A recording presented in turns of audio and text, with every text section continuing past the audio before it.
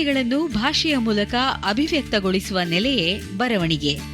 ಮಾನಿನಿಯರ ಮನದಾಳದ ತುಡಿತ ಮಿಡಿತಗಳು, ವಿಚಾರ ಲಹರಿಗಳು ಪದಝರಿಗಳಾಗಿ ಒಡಮೂಡಿದ ಸಾಹಿತ್ಯದ ಸಂಭ್ರಮವೇ ಅಖಿಲ ಕರ್ನಾಟಕ ಲೇಖಕಿಯರ ಸಮ್ಮೇಳನ.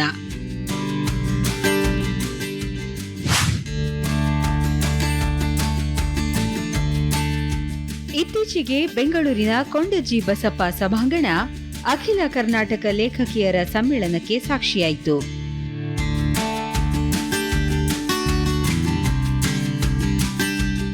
ಇದೇ ಸಂದರ್ಭದಲ್ಲಿ ಹೆಣ್ಮನದ ಮಾತುಗಳು ಕಾವ್ಯರೂಪ ಪಡೆದು ಕವಿಗೋಷ್ಠಿಯಲ್ಲಿ ಕವನ ಸೃಷ್ಟಿಯಾದ ಬಗೆ ಹೀಗೆ. ಕಳೆದೊಂದು ಪಳೆಯುಳಿಕೆಯಲ್ಲಿ ರಂಗು ರಂಗಾದ ಮಾಸಿ ಹೋದ ಇಷ್ಟಿಷ್ಟೇ ಚಿಂದಿಗಳು ಜೋಡಿಸಿಟ್ಟ ನೇಕೆ. ದೊಡ್ಡಮ್ಮ, ಚಿಕ್ಕಮ್ಮ, ಅತ್ತೆ, ಅಕ್ಕ, ಉಟ್ಟ ಬಟ್ಟೆಯ ದಿಟ್ಟ ಮಿಡಿತಗಳು, ಉಟ್ಟ ಬಟ್ಟೆಯ ದಿಟ್ಟ ಮಿಡಿತಗಳು, ದುಮ್ಮಾನ ಸಮ್ಮಾನಗಳ ಸರ್ವಸಾಕ್ಷಿ, ಭಾವಗರ್ಭದ ಅನಿರ್ವಚನೀಯ ಸಹಾನುಭೂತಿ ಅಂತಃಕರಣದ ತಂತುಗಳೇ, ಸಹಾನುಭೂತಿ ಅಂತಃಕರಣದ ತಂತುಗಳೇ. ಇಲ್ಲಿ ಒಬ್ಬರದೇ ಸಾಮ್ರಾಜ್ಯ ದೌರ್ಜನ್ಯವಿಲ್ಲ. ಮಡಚಿಟ್ಟ ಸೀರೆಯ ಊಟ ಮನೋರಂಗದ ಭಿತ್ತಿಯಲ್ಲಿ ಒತ್ತಿಕೊಂಡ ಸಂಸ್ಕಾರ ಸಂಸ್ಕರಣೆಯ ಮಡಚುಗಳೇ ಬೆಳ್ಳಕ್ಕಿ ಸಾಲಿನಂತೆ ಬಾಳ್ವೆಗೈದ ಮೃದು ಮಧುರ ಲೋಕದ ವಿನ್ಯಾಸಗಳು, ಬಾಳ್ವೆಗೈದ ಮೃದು ಮಧುರ ಲೋಕದ ವಿನ್ಯಾಸಗಳು. ಖಾಸ ಖಾಸ ಖಯಾಲಿಯಲ್ಲೇ ನೈದ ಈ ಬಣ್ಣದ ಕೌದಿ, ಖಾಸ ಖಾಸ ಖಯಾಲಿಯಲ್ಲೇ ನೈದ ಈ ಬಣ್ಣದ ಕೌದಿ ಮೆತ್ತಗೆ ಹಾಸುವಾಗಲಿಲ್ಲ ಅಮೂರ್ತ ರೂಪದ ಮನವರಿಕೆಗಳು. ಜೀವನದೆತ್ತಿನ ಗಾಡಿಗೆ ನಾನು ನೀನು ಜೋಡಿಯಾಗಿ ಕಟ್ಟೋಣವಾ ಸಮಾನತಾ ಗಂಟೆಯ. ಜೀವನದೆತ್ತಿನ ಗಾಡಿಗೆ ನಾನು ನೀನು ಜೋಡಿಯಾಗಿ ಕಟ್ಟೋಣವಾ ಸಮಾನತಾ ಗಂಟೆಯ. ದೇವಿಯು ರಕ್ಷಿಸಲಿಲ್ಲ, ನಾನೇನು ಶೀಲಗೆಟ್ಟವಳೋ ಅಲ್ಲ ಎಂದಳು. ಮಕ್ಕಳಿಬ್ಬರ ಸಲಹ ಬೇಕಿದೆ. ಅವನು ಅನುಮಾನಕ್ಕೆ ಬೆಂಕಿಗಿಟ್ಟಾಗ ಯಾವ ಭೂದೇವಿ ಶ್ರೀದೇವಿಯು ರಕ್ಷಿಸಲಿಲ್ಲ, ನಾನೇನು ಶೀಲಗೆಟ್ಟವಳೂ ಅಲ್ಲ ಎಂದಳು. ಮೌನವಾಗಿ ನಕ್ಕು ಮುನ್ನಡೆದೆ. ಇಲ್ಲೇ ಹಾದಿಯಳ್ಳೊಬ್ಬಳು ಅಹಲ್ಯೆ. ಯಾವನೋ ಮೇಲೆರಿಗಿದ್ದಕ್ಕೆ ಶೀಲಗೆಟ್ಟವಳೆಂದು ಕಟ್ಟಿಕೊಂಡವನೇ ಕೈ ಕೊಟ್ಟನಂತೆ. ಇಲ್ಲೇ ಹಾದಿಯಲ್ಲೊಬ್ಬಳು ಅಹಲ್ಯೆ. ಯಾವನೋ ಮೇಲೆರಗಿದ್ದಕ್ಕೆ ಶೀಲಗೆಟ್ಟವಳೆಂದು ಕಟ್ಟಿಕೊಂಡವನೇ ಕೈ ಕೊಟ್ಟನಂತೆ. ಎದೆ ಕಲ್ಲು ಮಾಡಿಕೊಂಡೇ ಮಣ್ಣೊರುತ್ತಾಳೆ. ಅವಳ ನೋಡಿದಾಗಲೆಲ್ಲ ಕಣ್ಣ ಇರಿತಗಳ ತಾಳಲಾರದೆ ಮುಖ ಮುಚ್ಚಿಕೊಂಡು ಕಣ್ಣೀರಿಡುತ್ತಾಳೆ. ಅಲ್ಲೊಬ್ಬಳು ಶಕುಂತಲೆ. ಚಿನ್ನದುಂಗರದ ಕಾರಣಕ್ಕೆ ಅವನು ಹೊರಗೆ ದಬ್ಬಿದನಂತೆ. ನಿತ್ಯ ಎಣಗಾಡುತ್ತಲೇ ಕಾಸಿಗೆ ಕಾಸು ಕೊಡಿಡುತ್ತಾಳೆ. ಅಲ್ಲೊಬ್ಬಳು ಶಕುಂತಲೆ. ಚಿನ್ನದುಂಗದ ಕಾರಣಕ್ಕೆ ಅವನು ಹೊರಗೆ ದಬ್ಬಿದನಂತೆ. ನಿತ್ಯ ಎಣಗಾಡುತ್ತಲೇ ಕಾಸಿಗೆ ಕಾಸು ಕೂಡಿಡುತ್ತಾಳೆ. ಒಲವಿದ್ದರೆ ಉಂಗುರ ಅಡ್ಡಿಯೇನೆ ಎಂದರೆ ಉಸಿರಿಲ್ಲ. ಒಲವಿದ್ದರೆ ಉಂಗುರ ಅಡ್ಡಿಯೇನೆ ಅಂದರೆ ಉಸಿರಿಲ್ಲ. ಯಾವ ನಿರೀಕ್ಷೆಗಳಿಗೆ ಹೀಗೆ ದುಡಿದು ಕೂಡಿಡುತ್ತೀಯೇ ಎಂದರೆ ಅದಕ್ಕೂ ಉತ್ತರವಿಲ್ಲ. ಈಗ ಯುದ್ಧಕ್ಕೆ ಕೋವಿ ಕತ್ತಿ ಬೇಕಿಲ್ಲ, ಆನೆ ಕುದುರೆ ಒಂಟೆ ಬೇಕಿಲ್ಲ, ಅವ ಇವ ಮುಖಾಮುಖಿಯಲ್ಲ, ರಥಗಳಲ್ಲಿ ಕುಳಿತು ಬಾಣಗಳ ಹೂಡಬೇಕಿಲ್ಲ, ಪರಾಕ್ರಮದ ಮಾತಿಲ್ಲ, ಎಲ್ಲಿಯೋ ಕುಳಿತು ಒತ್ತಿದರೊಂದು ಬಟನ್ನು ಈ ದೇಶ ಒತ್ತಿ ಉರಿಯುತ್ತದೆ, ರಾಕೆಟ್ಟುಗಳು ದಾಳಿ ಮಾಡಿ ಊರ ಸುಡುತ್ತವೆ. ಇಲ್ಲಿ ಸತ್ತವರ ಲೆಕ್ಕಾಚಾರವಷ್ಟೇ. ಕೂಸು ಕಂದಮ್ಮಗಳು ಕಣ್ಣು ಬಿಡುವ ಮುಂಚೆ ಮಣ್ಣಲ್ಲಿ ಮಣ್ಣಾಗುತ್ತವೆ. ಕಂದರದಲ್ಲಿ ಹೊಕ್ಕಿದ್ದರೂ ಹುಡುಕಿಕೊಳ್ಳುವ ಮಿಸೈಲುಗಳ ದಾಳಿಗೆ ಬದುಕುವವರು. ಯುದ್ಧ ಸೈನಿಕನಿಗೆ ಬೇಕಿಲ್ಲ. ಪ್ರಭುತ್ವಗಳ ಅಹಮ್ಮಿಗೆ ಇಲ್ಲಿ ಯಾರ್ಯಾರೋ ಬಲಿಯಾಗುತ್ತಾರೆ. ಕಾದಾಡುವವನಿಗೆ 108 ದೇಶಗಳು ಜೊತೆಯಾಗುತ್ತವೆ. ಯುದ್ಧ ನಡೆಯುತ್ತಲೇ ಇರಬೇಕೆಂದು ಬೇಲಿ ಬಳಿಯೇ ಕಾದು ಕುಳಿತಿವೆ ರಣಹದ್ದುಗಳು. ಇತಿಹಾಸ ನೆನಪಿಸುತ್ತದೆ. ಇತಿಹಾಸ ನೆನಪಿಸುತ್ತದೆ ಅಶೋಕನನ್ನ, ಅಲೆಕ್ಸಾಂಡರ್ನನ್ನ, ಹಾಗೆ ಕಾದಾಡಿ ಮಣ್ಣಾದವರನ್ನ. ಇಲ್ಲಿ ಯಾರಿಗೂ ಪಾಠ ಬೇಕಾಗಿಲ್ಲ. ಯುದ್ಧ ಮಾಡುವುದು ತನ್ನ ಪ್ರತಿಷ್ಠೆಗಾಗಿ, ದೇಶಕ್ಕಾಗಿ, ನೆಲಕ್ಕಾಗಿ, ತನ್ನವರಿಗಾಗಿ. ಸತ್ತ ಯುವಕರ ರಕ್ತ ಬಲಿಯಾಕಿ ಗೆಲುವ ಸಾಧಿಸಿ ಯಾವ ಸಾಮ್ರಾಜ್ಯ ಕಟ್ಟಬೇಕಿದೆ? ಕೊರಳೊಡ್ಡಿದರೂ ಕೊಲ್ಲಲಾಗದ ವೈರಿಯನು, ಶರಣು ಬಂದವನ ರಕ್ಷಣೆ, ಇವೆಲ್ಲ ಸವಕಲು ನಾಣ್ಯ. ಸ್ಪರ್ಶ ಸುಳ್ಳು ಹೇಳುವುದಿಲ್ಲ. ನಟನೆಯ ಸ್ಪರ್ಶದಲ್ಲಿ ಹಲವರನ್ನು ಮುಟ್ಟುವ ನಟ ನಟಿ. ನಲ್ಲೆ ಸಂಗತಿ ಬಂದಾಗ ಸುಳ್ಳು ಹೇಳಲು ಸಾಧ್ಯವಿಲ್ಲ. ತುಟಿಗಿಡುವ ಮುತ್ತು, ಅಪ್ಪಿ ಹಿಡಿಯುವ ಬಾಹುಗಳು ನಲ್ಮೆಯ ಸ್ಪರ್ಶದಿಂದ ಮಾತ್ರ ನಿಜವಾಗುತ್ತದೆ. ಕಾಮ ನಿಜವಾಗುವುದು ಪ್ರೇಮದ ಸಖ್ಯದಲ್ಲಷ್ಟೇ. ಕಾಮ ನಿಜವಾಗುವುದು ಪ್ರೇಮದ ಸಖ್ಯದಲ್ಲಷ್ಟೇ. ಚರ್ಮದ ಉದ್ರೇಕವೆಲ್ಲ ಪ್ರೇಮವಾಗುವ ಹಾಗಿದ್ದರೆ ಪ್ರೇಮವೆಂಬ ಶಾಶ್ವತತೆ ಸಾಧ್ಯವಾಗುತ್ತಿರಲಿಲ್ಲ. ಆಗಸದ ನೀಲ, ಸಮುದ್ರದ ಭೋರ್ಗರೆತ, ಒಲವಿನ ಕವಿತೆಗಳು ನಿಜವಾಗುವುದು ಅಂತರಂಗದ ಧ್ಯಾನದಲ್ಲಿ. ಧ್ಯಾನದ ಏಕಾಗ್ರತೆ ತಿಳಿಸುತ್ತದೆ ಸ್ಪರ್ಶದ ನಿಜವನ್ನು. ಧ್ಯಾನದ ಏಕಾಗ್ರತೆ ತಿಳಿಸುತ್ತದೆ ಸ್ಪರ್ಶದ ನಿಜವನ್ನು. ತಂದೆ ಯಾರು, ತಾಯಿ ಯಾರು, ಅಣ್ಣ ತಮ್ಮ ಯಾರು, ಅಕ್ಕ ತಂಗಿ ಯಾರು, ಸ್ನೇಹಿತರು ಯಾರು ಎಂಬ ಸತ್ಯವನ್ನು ಬಹಳ ಹಿಂದಿನಿಂದಲೂ ಪ್ರೀತಿಸುತ್ತಿದ್ದಾನೆ ಅವನು ನನ್ನನ್ನು, ಮತ್ತೆ ನಾನು ಅವನನ್ನು. ಪರಸ್ಪರ ಭೇಟಿಯಾಗುವ ತನಕವೂ ಪ್ರೇಮ ಹಾಗೇ ಉಳಿದಿರುತ್ತದೆ. ನಂತರ ಅಂತರ ಶುರುವಾಗುತ್ತದೆ ಎಂಬ ಭಯವನ್ನು ಕಟ್ಟಿಕೊಂಡು ಪ್ರೀತಿಯ ಸಮುದ್ರಕ್ಕೆ ಬಿದ್ದವಳು ನಾನು. ನಿರಂತರ ಈಜು ನಡೆದೇ ಇದೆ.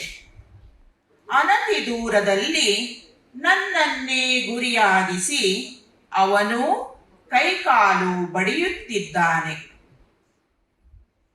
ಒಮ್ಮೆ ಗಟ್ಟಿಯಾಗಿ ತಬ್ಬಿ ಮುತ್ತಿಡಬೇಕು ಹಣೆಗೆ. ಗಲ್ಲ ಸವರಿ ಗಿಲ್ಲಬೇಕು. ಸಾವಿರ ಲಲ್ಲೆ ಮಾತುಗಳ ಉಸುರಬೇಕು. ಸಾವಿರ ಲಲ್ಲೆ ಮಾತುಗಳ ಉಸುರಬೇಕು ಕಿವಿಯಲ್ಲಿ. ಮೀಸೆಯ ತುದಿಗೊಂದು ರಂಗೋಲಿ ಹುಂಡು ಇಡಬೇಕು. ಹೀಗೆ 10 ಹಲವು ಯೋಚನೆಗಳಿವೆ ನನ್ನಲ್ಲಿ. ಪಟ್ಟಿ ಬೆಳೆಯುತ್ತಲೇ ಇದೆ ನಿರಂತರ. ಮುದ್ದು ಕರಡಿ, ನೋಡುತ್ತಿರು. ನಿನ್ನ ಬೆನ್ನಿಗೊಂದು ನೀಲಿ ಚಿಟ್ಟೆಯ ಹಚ್ಚೆ ಹಾಕಿಯೇ ನಾನು ಸಾಯುವುದು. ಹಾಗೆ ಹೆರಳಿಗೊಂದು ಗೊಂಡೆ ಹೂವಿನ ಚೆಂಡು ಮುಡಿಸುವುದು. ಹರಿವ ನದಿಯಂಚಿಗೆ ಇಳಿಬಿಟ್ಟ ನಿನ್ನ ಪಾದಗಳಿಗೆ ಮುತ್ತಿಕ್ಕುವ ಪುಟ್ಟ ಮೀನು ಮರಿಗಳನ್ನು ಹುಷ್ ಹುಷ್ ಎಂದು ಓಡಿಸುವುದು. ಎಲೆ ಉದುರಿಸುವ ಕಾಡುಗಳ ಬಗಲಲ್ಲಿ ಕುಳಿತು ನೀನು ಒಪ್ಪಿಗೆ ಕೊಟ್ಟರೆ ತುಂಬು ಸ್ತನಗಳ ಬೊಗಸೆಯಲ್ಲಿ ಹಿಡಿದು ಒಂದು ಮುತ್ತಿಕ್ಕುವುದು. ಇಷ್ಟೇ ಆಸೆ. ಯಾವಾಗ ಸಿಗುತ್ತಿ ಹೇಳು. ಇದೊಂದೇ ಮಾತು ಅವನದ್ದು. ಒಂದು ಮೋಂಬತ್ತಿ ಮೆರವಣಿಗೆಯಲ್ಲಿ, ಇನ್ಯಾವುದೋ ಶವಯಾತ್ರೆಯಲ್ಲಿ, ಮತ್ಯಾವುದೋ ತೀವ್ರ ಪರಿಹಾರ ಕಾರ್ಯಾಚರಣೆಯ ಸಂದರ್ಭದಲ್ಲಿ ಗಂಭೀರ ಅಥವಾ ದುಃಖಿತ ಮುಖ ಹೊತ್ತು ಮುಖಾಮುಖಿಯಾದದ್ದು ಬಿಟ್ಟರೆ ನಮಗಾಗಿಯೇ ನಾವು ಸಿಕ್ಕಿಕೊಂಡದ್ದೇ ಇಲ್ಲ. ಭೇಟಿಯಾಗಬೇಕೆಂದು ಹೊರಟಾಗಲೆಲ್ಲ ಏನಾದರೂ ಒಂದು ಆಗುತ್ತದೆ. ಮತ್ತೆ ಮುಲಾಕಾತ್ ಮುಂದಕ್ಕೆ ಬೀಳುತ್ತದೆ. ಹಲೋ, ಹೇಗಿದ್ದಿ? ಮಾಗಿಯ ಕೊರೆವ ಚಳಿ ಮುಗಿದು ಬಿಸಿಲು ಕಣ್ಬಿಟ್ಟು ಕೋರೈಸಿ ಬೇಸಗೆಯ ಧಗೆ ಉರಿಯುವ ಹೊತ್ತಲ್ಲೂ ಒಂದೇ ವೇಗದಲ್ಲಿ ಓಡುತ್ತಲೇ ಇದ್ದವಳ ಕಾರಿಗೆ ಒಮ್ಮೆಲೆ ಬ್ರೇಕ್ ಹಾಕಿದ ಹಾಗೆ ತಟ್ಟನೆ ನಿಂತು ಕಕ್ಕಾಬಿಕ್ಕಿಯಾದೆ. ಕೊರಳುಪ್ಪಿ, ಕಣ್ಣಂಚು ತುಳುಕಿ, ಉಗುಳು ನುಂಗುತ್ತಾ ನಡುದಾರಿಯಲ್ಲಿ ತಟಸ್ಥ ನಿಂತಿದ್ದಷ್ಟೇ. ಹಲೋ, ಹೇಗಿದ್ದಿ? ನುಡಿದವರಾರು, ಮಿಡಿದವರಾರು? ಬಿಸಿಲಿಗೊರಗಿ ನಿಂತ ಗಿಡ ಮರಗಳು ನಕ್ಕವು. ಸುಡುವ ಸೂರ್ಯನನ್ನು ಒಂದಷ್ಟು ಮೋಡಗಳು ಮರೆಯಾಗಿಸಿದವು. ತಲೆ ಎತ್ತಿ ನೋಡಿದರೆ ನಿರ್ಮಲ ಆಕಾಶ. ಅಕ್ಕಪಕ್ಕ ಗಿಜಿಗುಟ್ಟುವ ಜನಜಂಗುಳಿ ಓಡಾಟ.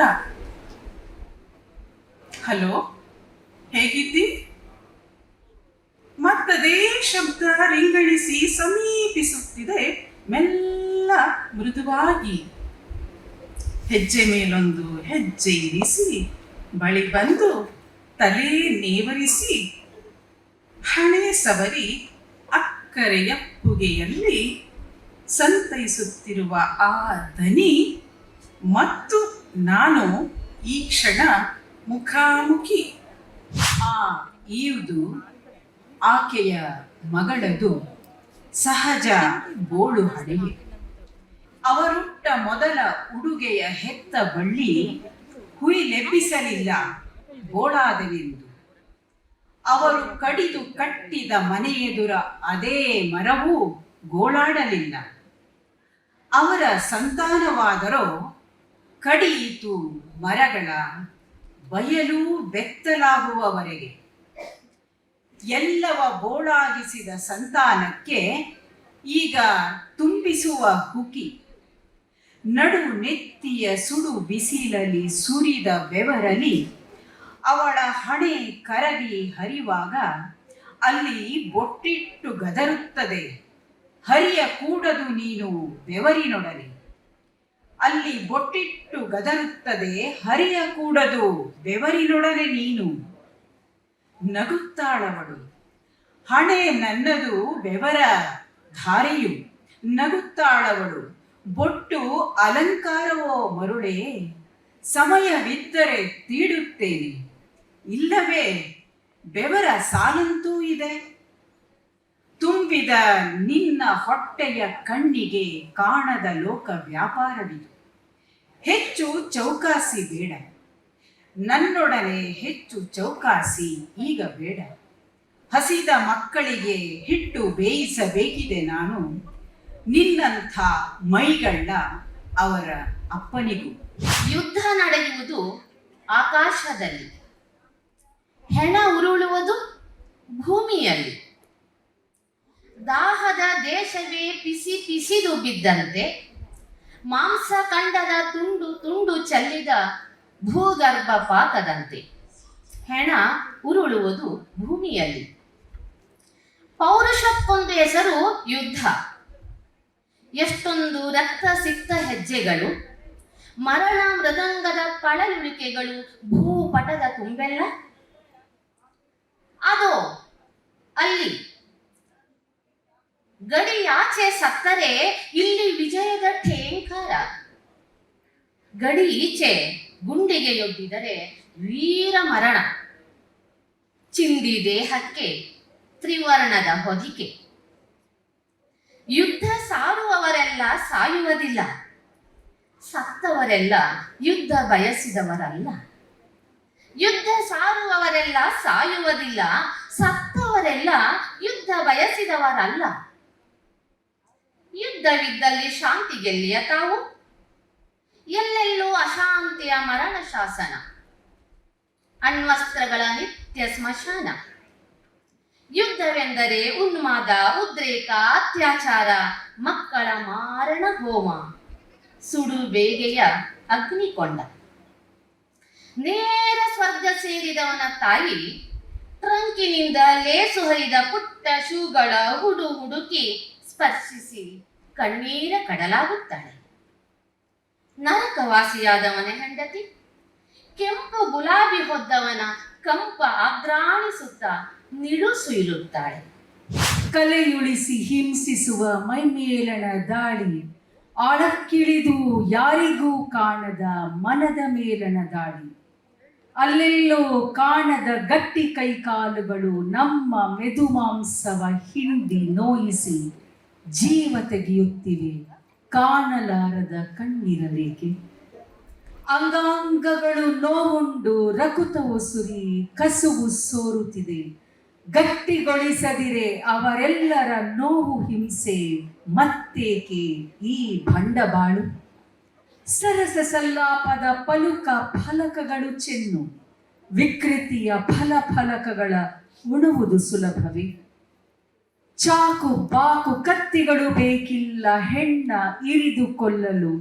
ಸಣ್ಣ ಅಲೆಯೂ ಇರದಿರೆ ಸತ್ಯವೆನ್ನುತ್ತದೆ ಈ ಜಗ. ಅಕ್ಕ ಅಕ್ಕ ಅಡಗಿಹೆಯಲ್ಲಿ ಕಾಣಿಸದೆ ಪೊಟರೆಯಲ್ಲಿ. ಉಸಿರ ಸದ್ದಾದರೂ ಕೊಡದಿರೆಂತು ಅಕ್ಕ.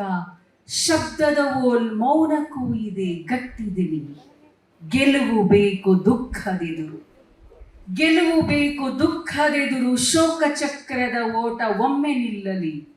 ಅಂಬೆಗಾಲಾದರೂ ಇಡದಿರೆ ದಾರಿ ಸಾಗುವುದೆಂತು. ಅಂಬೆಗಾಲಾದರೂ ಇಡದಿರೆ ದಾರಿ ಸಾಗುವುದೆಂತು. ಯಾವ ದೇವರ ಬೇಡಿದರೆ ಹೆಣ್ಣಿನ ಕಷ್ಟ ತೀರಿತು. ರಚ್ಚೆ ಹಿಡಿದು ಸಾಧಿಸು ಇಲ್ಲವೇ ಬಿರು ಮೌನ ತಾಳು. ನಾವೆಲ್ಲ ಮೌನ ತಾಳಿದರೆ ಉರುಳುವುದೇ ಜಗದ ಚಕ್ರ. ಹೆಣ್ಣನ್ನ ನಾವೀಗ ಲೇಖಕಿ ಅಂತಲೇ ಗುರುತಿಸ್ಬೇಕಾ, ಸಾಹಿತ್ಯದ ದೃಷ್ಟಿಯಿಂದ ಅಥವಾ ಕಾವ್ಯದ ದೃಷ್ಟಿಯಿಂದ? ಯಾಕೆಂದ್ರೆ ನಮಗೆ ಇತಿಹಾಸ ನಮ್ಮ ಸಂಸ್ಕೃತಿ ಎಲ್ಲ ಏನು ಹೇಳ್ಕೊಟ್ಟಿದೆ ಅಂತಂದ್ರೆ, ಎಷ್ಟೊಂದು ರೀತಿಯಲ್ಲಿ ಹಿಂಸೆಗಳ ಕ್ರೋಢೀಕೃತ ಮೊತ್ತವಾಗಿ ಹೆಣ್ಣು ಬೆಳೆದಿದ್ದಾರೆ. ದಲಿತರು ಮತ್ತು ಹೆಣ್ಣು ಬೆಳೆದ ಹಾಗೆ ಮತ್ತೆ ಅದಿಲ್ಲ. ದಲಿತರಿಗೀಗ ರಾಜಕೀಯ ಶಕ್ತಿ ಬಂದುಬಿಟ್ಟಿದೆ, ಅವ್ರಿಗೊಂದು ಅಸ್ತ್ರ ಇದೆ, ಆದರೆ ಹೆಣ್ಣಿಗೆ ಇಲ್ಲ. ಹಾಗಾಗಿ ಅವಳು ಇನ್ನೂ ಈ ಹಿಂಸೆಗಳ ಕ್ರೋಢೀಕೃತ ಮೊತ್ತವಾಗಿಯೇ ಇದ್ದಾಳೆ, ಅನುಭವಿಸ್ತಾ ಇದ್ದಾಳೆ. ಆಗಿನ ಕಾಲದಲ್ಲಿ ಒಂದು ಥರ, ಈಗಂತೂ ಸಾಫ್ಟ್ವೇರ್ ಇಂಜಿನಿಯರಿಂಗ್ ಬಂದಮೇಲೆ ಇನ್ನೊಂದು ಥರ.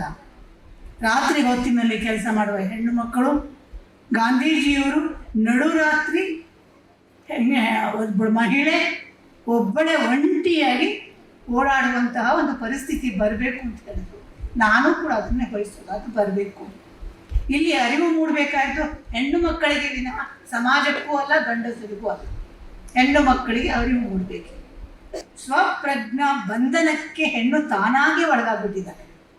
ಇದನ್ನು ಯಾರೋ ಏನೋ ಬಂಧನ ಮಾಡಿದ್ದಾರೆ ಅಂತಲ್ಲ, ಅವಳಾಗೆ ಒಳಗಾಗಿದ್ದಾಳೆ.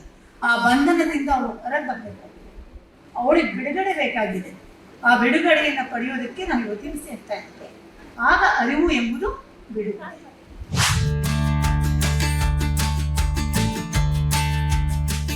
ಹಿರಿಕಿರಿಯ ಲೇಖಕರೆಲ್ಲ ಒಂದೆಡೆ ಕಲೆತು ಗೌರವ ಸ್ವೀಕರಿಸಿ ಪುಳಕಿತರಾದ ಸಾಧಕ ಮಾನಿನಿಯರಲ್ಲಿ ಧನ್ಯತಾ ಭಾವ ತುಂಬಿತ್ತು.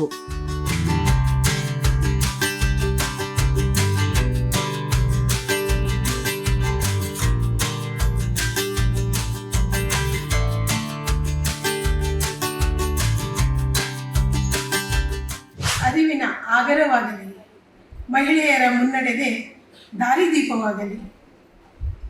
12 ವರ್ಷಗಳ ಬಳಿಕ ಪ್ರಜ್ವಲಿಸುತ್ತಿರುವ ಈ ಅರಿವೆಂಬ ಜ್ಞಾನ ನಭದೆತ್ತರಕ್ಕೆ ಏರಿ ಮಹಿಳೆಯರ ಉನ್ನತೀಕರಣಕ್ಕೆ ಸ್ವಾತಂತ್ರ್ಯದ ಸವಿಯಾಗಲಿ ಎಂದು ಹೇಳುತ್ತಾ, ಈ ಸಮಾರಂಭಕ್ಕೆ ಆಗಮಿಸಿರುವ ಗಣ್ಯರನ್ನು ಮತ್ತು ತಮ್ಮೆಲ್ಲರನ್ನು ಸ್ವಾಗತಿಸಲು ನಾನಿಲ್ಲಿ ನಿಂತಿದ್ದೇನೆ.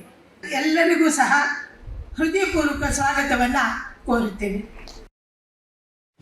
ಅರ್ಥಪೂರ್ಣ ಆರಂಭದಿಂದ ಪ್ರಾರಂಭವಾದ ಕಾರ್ಯಕ್ರಮ ಸಾರ್ಥಕ ಸಮಾರೋಪದಲ್ಲಿ ಮುಖ್ಯ ಅತಿಥಿಗಳಾಗಿ PGR Sindhya, doctor Vasundhara Bhupathi, doctor L Hanumanthaiah, doctor HL Pushpa ಅವರ ಉಪಸ್ಥಿತಿಯೊಂದಿಗೆ ನೆರವೇರಿತು.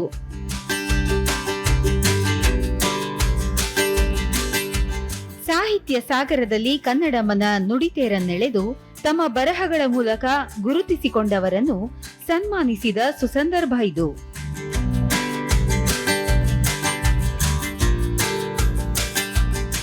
ಸಮಾರೋಪ ಸಮಾರಂಭದಲ್ಲಿ ಮಾತನಾಡಿದ ಪಿಜಿಆರ್ ಸಿಂಧ್ಯಾ, ಸಮಾಜದಲ್ಲಿ ಹೆಣ್ಣು ತಾಯಿಯಾಗಿ, ಹೆಂಡತಿಯಾಗಿ ಹಲವಾರು ಪಾತ್ರಗಳನ್ನು ನಿಭಾಯಿಸುತ್ತಾ ಮಾಡುವಂತಹ ತ್ಯಾಗದ ಬಗ್ಗೆ ಸ್ಮರಿಸಿದರು. ನಮ್ಮ ತಾಯಿ ಅನಕ್ಷರಸ್ಥೆಯಾಗಿ ನನ್ನನ್ನು ಅಕ್ಷರಸ್ಥೆ ಮಾಡಿದ್ಲು. ನನಗನ್ಸುತ್ತೆ ಅವಳು ನನಗಿಂತ ದೊಡ್ಡ ಅಕ್ಷರಸ್ಥೆ ಅಂತೇಳಿ. ಅದಾದ ನಂತರ ಗಂಡನಿಗೋಸ್ಕರ ಅವಳು ತ್ಯಾಗ ಮಾಡಿದ್ಲು ಇಡೀ ಜೀವನವನ್ನು. ಅವಳಿಗೆ ಮಕ್ಕಳನ್ನ ಹೆರೋದು ಸಾಕೋದು ಇಷ್ಟೇ ಅವಳ ಕೆಲಸ. ಅವಳಿಗೆ ಸುಖ ಅನ್ನೋದು ನೋಡಲೇ ಇಲ್ಲ. ಇದು ನನ್ನ ಹೆಂಡತಿ ವಿಚಾರ, ನನ್ನ ತಾಯಿ ವಿಚಾರ ಅಂತಲ್ಲ, ಎಲ್ಲ ಹೆಣ್ಣುಮಕ್ಕಳ ಪರಿಸ್ಥಿತಿನೂ ಸಹಿತ ಇದೆ. ಇದು ನನ್ನ ನಂಬಿಕೆ. ನಾನು ಎಲ್ಲಿ ಕೆಲಸ ಮಾಡ್ತೇನೆ ಅಲ್ಲಿ ಹೆಣ್ಣು ಮಕ್ಕಳಿಗೆ ಆದ್ಯತೆ ಅನ್ನೋದು ನನ್ನ ಕೃತಿನಲ್ಲಿ ನೋಡಬೇಕು. ನೀವು ಪರಿಶಿಷ್ಟ ಜಾತಿ ಪರಿಶಿಷ್ಟ ವರ್ಗದವರು ಸಂವಿಧಾನ ಓದೋದಲ್ಲ, ಇತರೆ ಜಾತಿಯವ್ರ ಸಂವಿಧಾನ ಸರಿಯಾಗಿ ಅರ್ಥ ಮಾಡ್ಕೊಳ್ಳಿ. ಅರ್ಥ ಮಾಡ್ಕೊಳ್ಳೋದು ಯಾಕೆ ದ್ವೇಷ ಮಾಡ್ತೀರಾ? ಅದೇ ರೀತಿ ಹೆಣ್ಣುಗಳ ಒಂದು ಪರಿಸ್ಥಿತಿನೂ ಸಹಿತ. ಡಾಕ್ಟರ್ ವಸುಂಧರಾ ಭೂಪತಿಯವರು ಮಾತನಾಡಿ, ಹೆಣ್ಣಿನ ಬದುಕೆ ಸ್ತ್ರೀ ಸಾಹಿತ್ಯದ ಕನ್ನಡಿ ಎನ್ನುವ ಅಭಿಪ್ರಾಯವನ್ನು ವ್ಯಕ್ತಪಡಿಸುತ್ತಾ ಪುಸ್ತಕ ಪ್ರಕಾಶನದ ಪ್ರಸ್ತುತ ಸವಾಲು ಹಾಗೂ ಸಮಸ್ಯೆಗಳ ಬಗ್ಗೆ ಮನದಟ್ಟು ಮಾಡಿದರು. ಅರಿವೆಂಬುದು ಬಿಡುಗಡೆ ಅನ್ನುವ ಶೀರ್ಷಿಕೆಯಡಿ ಎರಡು ದಿನಗಳ ಸಮ್ಮೇಳನ ನಡೆದಿದೆ. ಮತ್ತು ಸಮ್ಮೇಳನಾಧ್ಯಕ್ಷರು ಶ್ರೀಮತಿಯವರ ಭಾಷಣದಿಂದ ಹಿಡಿದು ಎಲ್ಲ ಗೋಷ್ಠಿಗಳು ಮತ್ತು ಕವಿಗೋಷ್ಠಿಗಳಲ್ಲಿ ವಾಚನ ಮಾಡಿದಂತಹ ಕವಿತೆಗಳಿರ್ಬೋದು, ಎಲ್ಲದರಲ್ಲೂ ಹೆಣ್ಣಿನ ಚಹರೆಯ ಹುಡುಕಾಟವನ್ನು ನಾವು ಕಾಣ್ತಾ ಹೋಗಿದ್ದೀವಿ. ನಾವೆಲ್ಲ ಅಂದ್ಕೊಂಡಿರೋದು ಅಕ್ಷರನೇ ಅರಿವು ಮತ್ತು ಅರಿವು ಬಿಡುಗಡೆ ಎನ್ನುವಂಥ ಸಂದರ್ಭದಲ್ಲಿ ಪ್ರಕಾಶನದಕ್ಕೆ ಒದಗಿರುವಂಥ ದುಸ್ಥಿತಿಯ ಬಗ್ಗೆ ನಾನು ಮಾತಾಡಲೇಬೇಕಿದೆ. ಏಕೆಂದರೆ ಸರ್ಕಾರ ಏಕಗವಾಕ್ಷಿ ಯೋಜನೆಯನ್ನು ಕೈಬಿಟ್ಟಿದೆ. ಈಗ 300 ಪ್ರತಿಗಳನ್ನು ತಗೊಳ್ತಾ ಇಲ್ಲ. ಪ್ರಕಾಶನ ತುಂಬ ಸಂಕಷ್ಟದಲ್ಲಿದೆ. ಎಲ್ಲರೂ ಸಾವಿರ ಕಾಪಿಗಳು ಯಾರೂ ಮಾಡ್ತಾ ಇಲ್ಲ. 500 ಕಾಪಿ ಮಾಡಿದ್ರು 500 ಹೋಗುವ ಪರಿಸ್ಥಿತಿಯಲ್ಲಿಲ್ಲ. ಆಮೇಲೆ ನಮ್ಮ ಲೇಖಕಿಯರು ಅನೇಕರು ಪ್ರಕಾಶಕಿಯರಿದ್ದಾರೆ. ಎದುರುಗಡೆನೆ ಹೇಮಾ ಪಟ್ಟಣ ಶೆಟ್ಟಿ ಅವರಿದ್ದಾರೆ, ಅನನ್ಯ ಪ್ರಕಾಶನದ ಮುಖಾಂತರ ಹಲವಾರು ವರ್ಷಗಳಿಂದ ತೊಡಕೊಂಡಿದ್ದಾರೆ. ಅಕ್ಷತಾ ಇದ್ದಾರೆ ಶಿವಮೊಗ್ಗದ. ಆಮೇಲೆ ಗ್ರಾಮೀಣ ಪ್ರದೇಶದಲ್ಲಿ ಮಾಡ್ತಾ ಇರುವಂಥ ಇಂದಿರಾ ಹಾಲಂಬಿ ಅವರಿದ್ದಾರೆ. ಅನೇಕ ಪ್ರಕಾಶಕಿಯರು ಇವತ್ತು ತೊಡಕೊಂಡಿದ್ದಾರೆ. ಆದರೆ ಆಮೇಲೆ ಲೇಖಕಿಯರೇ ಪ್ರಕಾಶಕಿಯರಾಗಿದ್ದಾರೆ. ಇಂಥದ್ದೊಂದು ಸಮ್ಮೇಳನಕ್ಕೆ ಹಲವಾರು ಜನ ದುಡ್ದಿದ್ದೀರಾ, ಹಲವಾರು ಜನ ಕೈ ಜೋಡಿಸಿದ್ದೀರಾ. ಸೊ ಎಲ್ಲರಿಗೂ ಕೂಡ ನಾನು ಸಂಘದ ಪರವಾಗಿ ಮತ್ತು ಪುಷ್ಪ ಅವರ ಜೊತೆಯಾಗಿ ನಿಂತು ತಮ್ಮೆಲ್ಲರಿಗೂ ಕೃತಜ್ಞತೆಗಳನ್ನು ಹೇಳ್ತಾ, ಮತ್ತು ಸಂಘದ ಎಲ್ಲ ಚಟುವಟಿಕೆಗಳಲ್ಲಿ ಲೇಖಕಿಯರು ಭಾಗವಹಿಸಬೇಕು.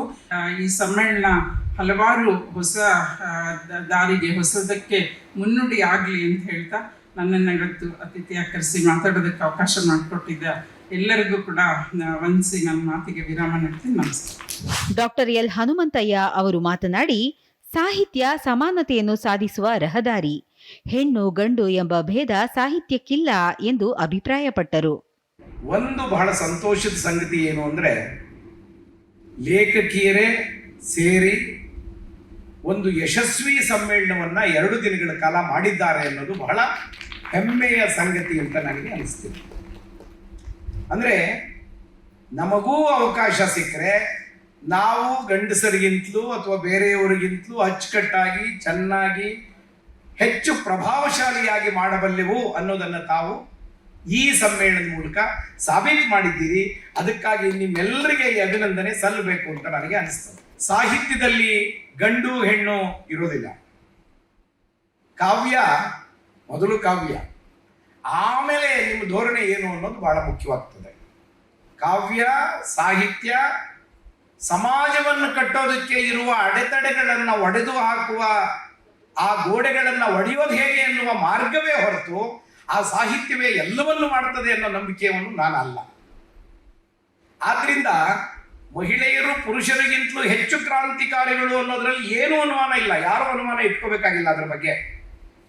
ಆ ರೀತಿ ಕ್ರಾಂತಿಕಾರಕವಾದ ಎಲ್ಲ ವಿಚಾರಗಳನ್ನು ಪುರುಷರಿಗಿಂತಲೂ ಹೆಚ್ಚು ಪ್ರಭಾವಶಾಲಿಯಾಗಿ ಬರೆಯಬಲ್ಲವರು ನೀವು, ಮತ್ತು ಬರೆದು ಈಗಾಗಲೇ ಸಾಬೀತು ಮಾಡಿದ್ದೀರಿ.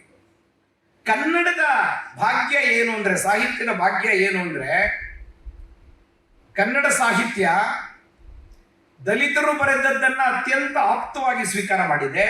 ಅದು ದಲಿತ ಸಾಹಿತ್ಯ ಅಂತ ಏನು ಪ್ರಭೇದ ಮಾಡಿಲ್ಲ, ಕನ್ನಡದ ಬಹುಮುಖ್ಯವಾದ ಪ್ರಕಾರ ಇದು ಅಂತೇಳಿ ಸ್ವೀಕಾರ ಮಾಡಿದೆ.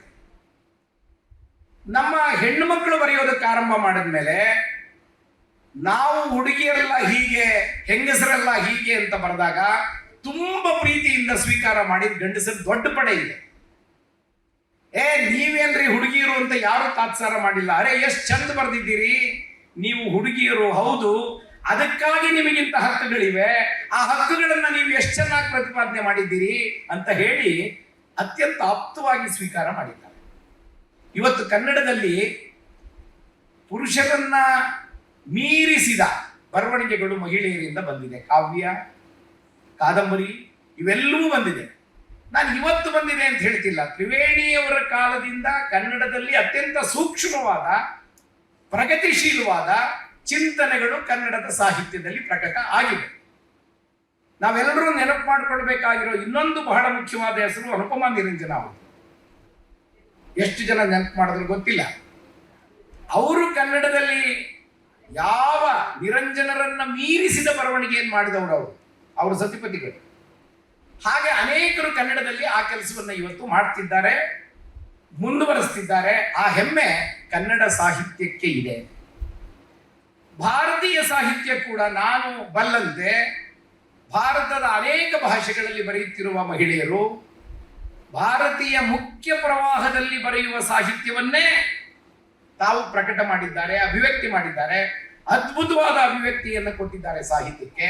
ಆದ್ರಿಂದ ನಾವು ಈ ಕಾಲದಲ್ಲಿಯೂ ಕೀಳರಿಮೆಯಿಂದ ನರಳಬೇಕಾದ ಅಗತ್ಯ ಇಲ್ಲ, ಮತ್ತು ಗಂಡಸರನ್ನ ಗುರಿ ಮಾಡಿ ಬರಿಬೇಕಾದ ಅಗತ್ಯವೂ ಇಲ್ಲ.